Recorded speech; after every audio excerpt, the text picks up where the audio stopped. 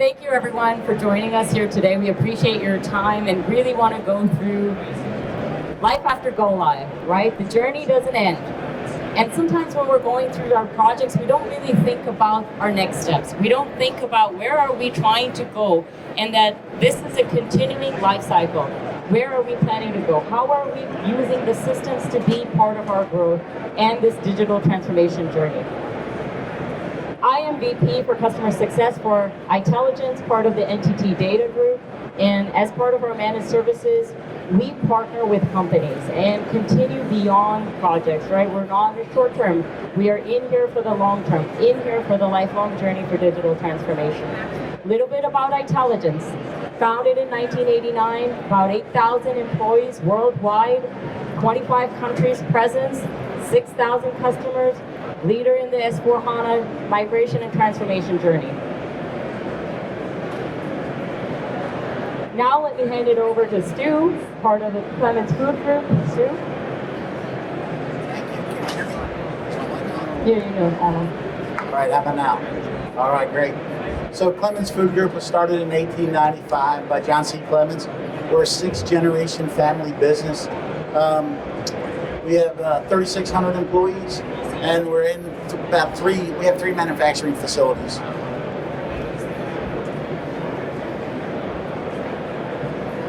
So what do? We have the farms, we grow hogs, then we have production facilities that process those hogs. We grow about 20% of our hogs, and we do about 100,000 head a week, producing about 4.5 million pounds of meat that we have to basically process, transport, and then ship, of course, to our customers. We also have a shipping company, so to help with our shipping both in the live hog world and also the finished goods, we use our own transportation for about 60% of our goods. So some of the brands you know us by, we're basically started as a Northeast region brand, and most people in Northeast know Hatfield Meats, big sponsor of the Philadelphia Phillies.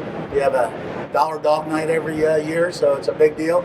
But some of our other brands are more on the food service side, so we do both retail and food service.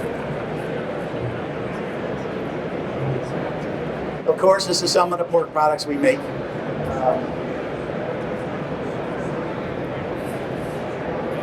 And some of our customers, right? Some big distribution customers, some big retail customers.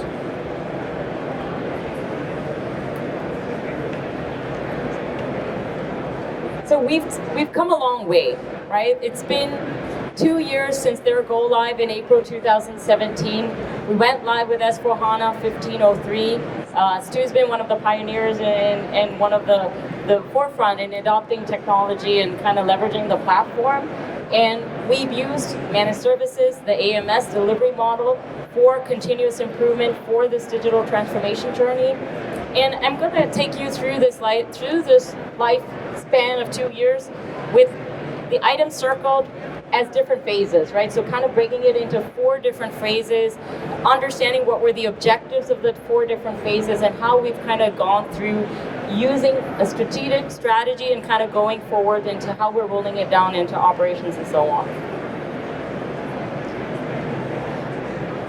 So we start with a project, and this is part of itelligence, part of NTT Data, right? We're a full service provider, part of project consulting, AMS, managed services.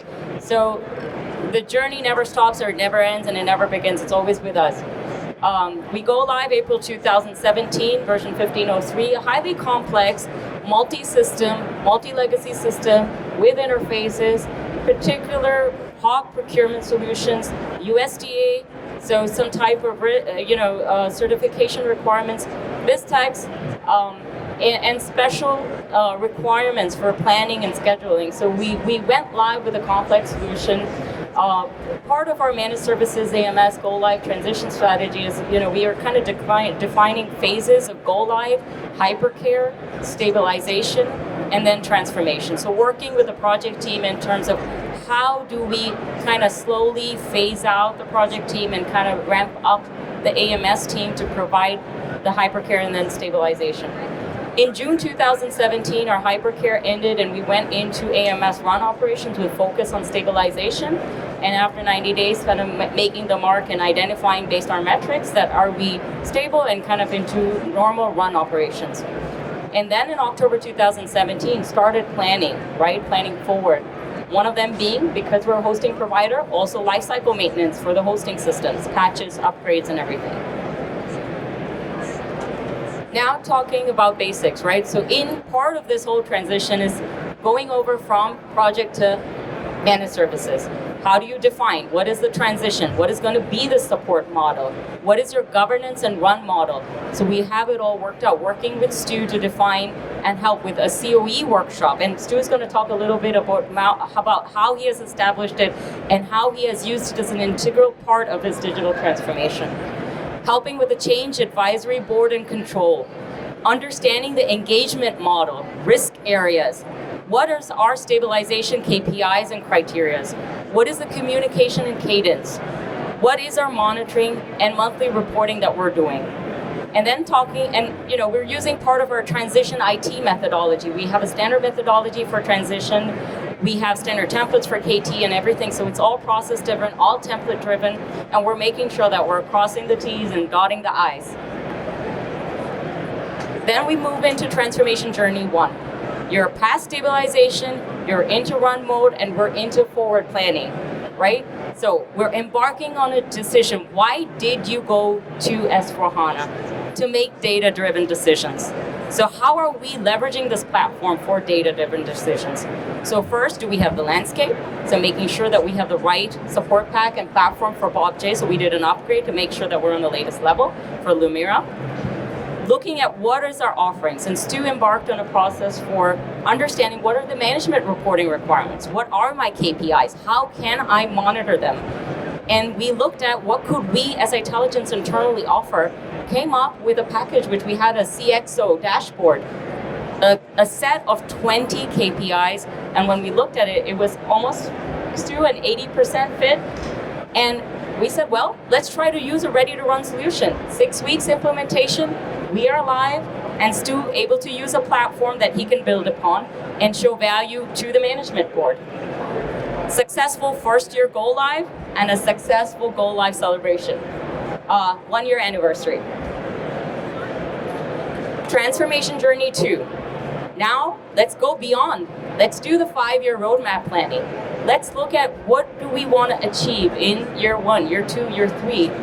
What is the industry doing? And this is where we bring our industry solution principles, right? We're about our thought leadership. We're about telling you what are the competitors doing, what is the peers, what is the industry doing, and its integration with SAP. We want to be ROI focused. We want to help in helping you understand where does the COE play into this. You want a business-driven IT. And Stu has been a forefront person in that. You cannot be successful if you do not get the business involved, get them to drive, and get them to help you. We resulted in 50 projects over a 5-year plan and key focus areas, right? So where are the key focus areas for us in the different terms of the life cycle for the 1 year, 2 year, 3 year? Some of them being financial consolidations, BPC upgrade, food, safety and quality management. Anybody in the CPG food know that? Advanced demand planning, shelf life planning, who hasn't been there? IoT for preventive maintenance, and better integration of an MES to S/4HANA. Transformation journey phase 3. Now we're talking about life cycle planning. So how are we using the tools to help us leverage lifecycle management for this application? Where are we optimizing our solutions and how can we do that quickly? And finally, how are we being cloud ready, adopting cloud solutions and integrating them into this platform? So we looked at Itelligence Solution Manager as a service and how we could use some of the tools in them to help with our support pack planning. Use a custom code analysis tool, use testing scope analyzer to help to reduce some of the time or understand is there an impact or not. Learning business process analysis from there to do some type of evaluation for what areas can we optimize quickly. And understanding cloud products like Fieldglass and Ariba Snap. Doing a discovery and doing a fit gap. Is this the right product for us? Does it fit our business need? And is it the right solution? Looking at SAP Cloud Analytics. So now I'm trying to extend the data-driven decisions, understanding advanced analytics, understanding predictive analytics, and finally going into a support pack upgrade. Finally, transformation journey 4. We need to adopt innovations. So, looking at where are we with the platform at 1503? Do I need to customize what I want?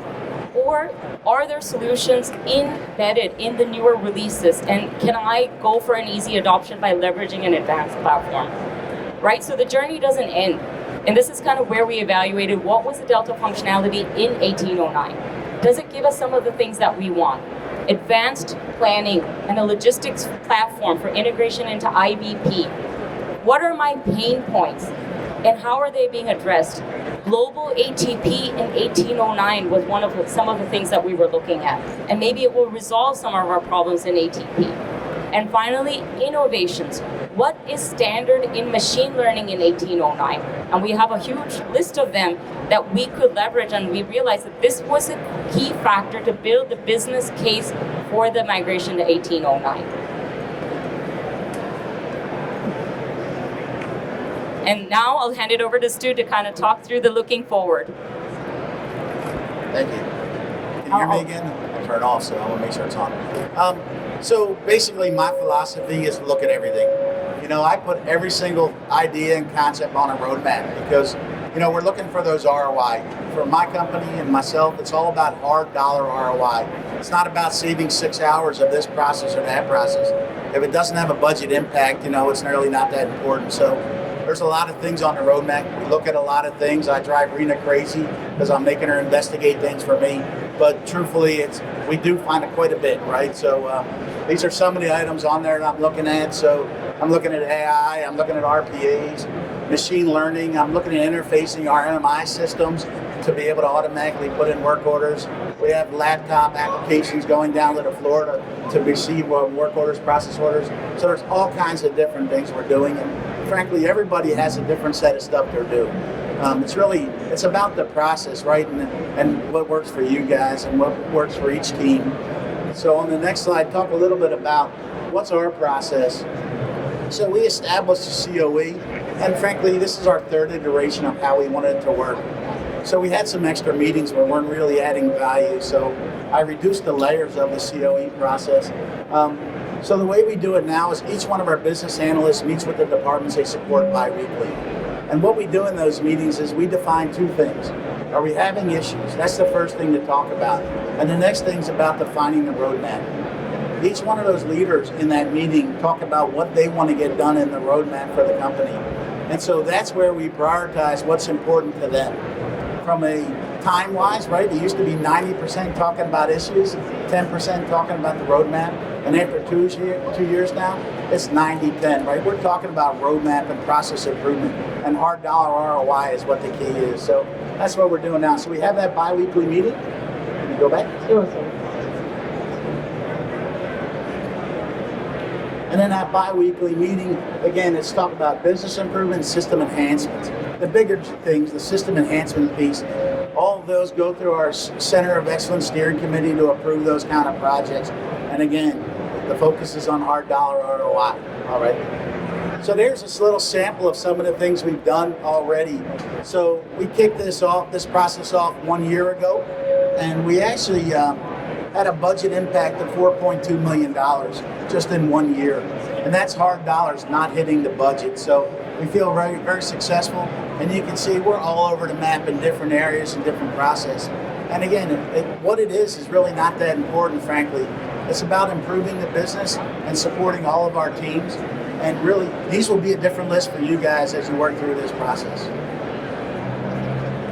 So that's really how we track it. This is really the budget impact, like I said. So year one was $1.2 million. And in going into year two, right, we just started the year this week. Going into year two, we already reduced the budget by $2.9 million from the improvements made during the first year.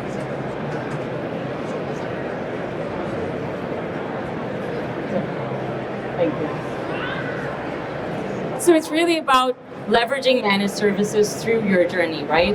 Why would you do that? You have a committed team that's integrated from the project into go live, helping you through transition, hypercare, stabilization, and into this journey. There are people working on projects and AMS support with us that have been with us right from the journey and all continuing into the 2 years. They build relationships with your team, and there's no value, no dollar value that you attach to that. There's critical knowledge retention that is helping through incident support. Quick help with incidents, enhance, optimize, testing, regression testing. Continuous engagement by the industry solution principle with the roadmaps, with the checkpoints in our quarterly business reviews. Engagement of a service delivery manager, engagement of a vice president for customer success, and engagement with SAP and the vendors. We're all integrated together and act as one team. We're flexible, so we use application resources, support resources for both projects, consulting, incident support, or whatever, and continuous lifecycle maintenance. We're there to support. We also handle level 1 support because we're a maintenance SAP partner, and we have connections with SAP, so if we need to escalate, you have a bug in the system, we can help you. One voice to the customer, and a true partner. You know, we are an extension of their team, and they're by their side every day. And now I'll hand it over to Stu for key takeaways. So going live is exciting, or hard, or painful, whatever you want to call it, right? But that's just really the first part of the journey. When you're done that part of the journey, you have to support this system. You need a way to host it. You're going to host it in-house. You're going to host it in the cloud. You're going to host it in private cloud, right? So we had to make that decision. Our decision based on cost, based on support, right? We don't have basis people in-house. We're new to SAP. We don't have, we couldn't get those people easily, right? And real feel comfortable we got the right people. So our decision was to outsource that. So we have that done now, right? We have our system, we have our basis support. Then the next decision is how are we going to support it? And how many developers and business analysts am I going to bring? I have a fairly small team. So should I hire consultants or should I? The best decision for me was AMS. On the consultant side, right? If you hire a pure consultant to help you, you go to do the next project, they might not be around. With AMS, you have that continuous support, that ability to call them anytime you need them. So for me, again, that was the right decision, going with AMS support and itelligence. And truly, it's a partnership, right? It's a partnership from writing a piece of code all the way to making a strategic decision. What software do I use to be able to implement this process? So we work at all levels together as a partnership. And at a great cost, much cheaper than I could ever do it from bringing it in-house, frankly. That's it. Thank you very much, Stu. It's been a great journey together, and looking forward to continuing on, right? It never ends. So, don't stop at Go Live. Make sure that the reason that you invested in this digital transformation journey continues on, and you leverage the power of SAP. Thank you all very much. Appreciate it, and we're open for questions. So, feel free to ask away. Sure. I'll bring the microphone to you. Yes, this is a little specific. In one of the slides, you mentioned that there is an integration of MES to HANA, right? What is MES there? Manufacturing execution system. So. And any question is fine. No question is simple or no question is complex. So. The bonus ticket for that question. All right. Come on, guys. You can ask questions. What is your experience with customer for cloud? Customer for cloud. Yes, So we did prior to the ERP S4 HANA, we actually did cloud for customer. So we did CRM with SAP. So we haven't done cloud for commerce yet. We're looking into that. CRM to C4C or not yet? We started on C4C. Oh, you started. No, S4 HANA C4 HANA is available, right? Yes. That's what you are going to recommend? So we're constantly working with Stu to see at what levels the different platforms are, and also the maturity cycles for the product, and where it makes best sense, where's the ROI for what they are using.